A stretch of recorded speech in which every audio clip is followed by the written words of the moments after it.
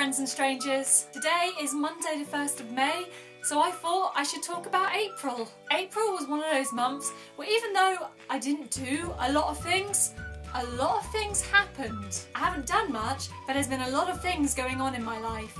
Because as you guys will know if you watched my previous video, in April I was formally diagnosed with anxiety and depression. I just want to take a minute to thank all of you who watched my last video.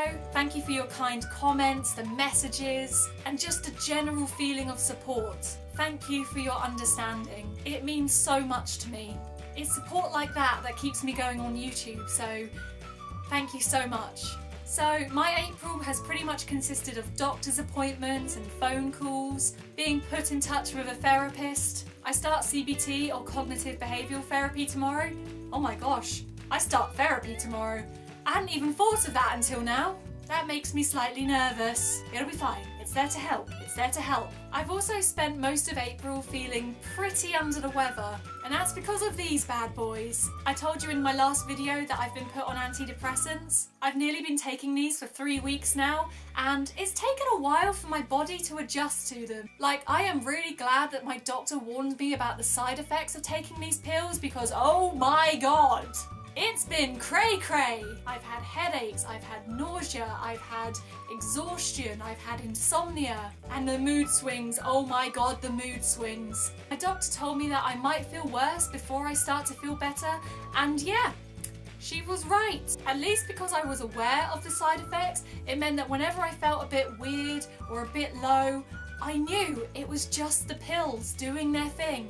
And it meant that when I was a total bitch to my friends and family, I could just blame it on the meds. It's like a get out of jail free card. I'm kidding, it's not an excuse at all for my behaviour, but it does explain why I've been acting a bit strange. As I said, I've nearly been taking the antidepressants for 3 weeks now, and I finally feel like I'm settling in. Of course, I'm not cured yet, this is a long process.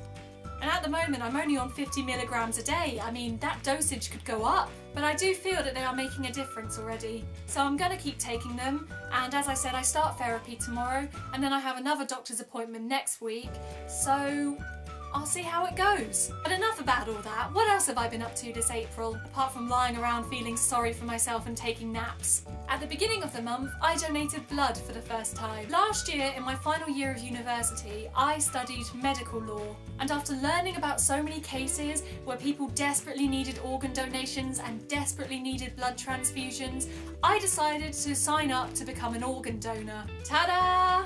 Because let's face it, when I'm dead, I'm not going to need all of this stuff. Now, of course, it's all well and good to sign up to be an organ donor, but the only way you're really going to help someone is if you die. And as you can tell, I'm still alive, so I haven't done anything.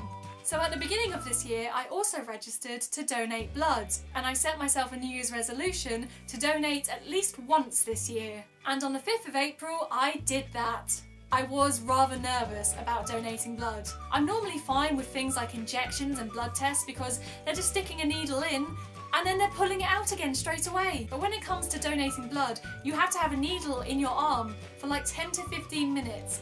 And that made me slightly nervous, but I was determined to do this. Because did you know that one donation of blood can save up to 3 lives? That alone makes 10 to 15 minutes of discomfort totally worth it. And it was absolutely fine. On the day of your donation, you are supposed to keep eating and drinking to make sure that you stay healthy before, during and after your donation. I had so many snacks that day, it was fantastic. Donating blood isn't exactly a fun experience. Like, it's not something that you come out of and go, wow, I can't wait to do that again. But like I said, it's for a really good cause, and I am going to donate again. Sure, having the needle in your arm feels uncomfortable, but to be honest, the worst bit is trying to rip the plaster off afterwards. I think I waxed my arm in the process. So yeah, whether you've never donated before, or you haven't donated for a while, why not sign up? A week after I donated blood, I actually received a text message which informed me that my blood had been sent to a hospital in London.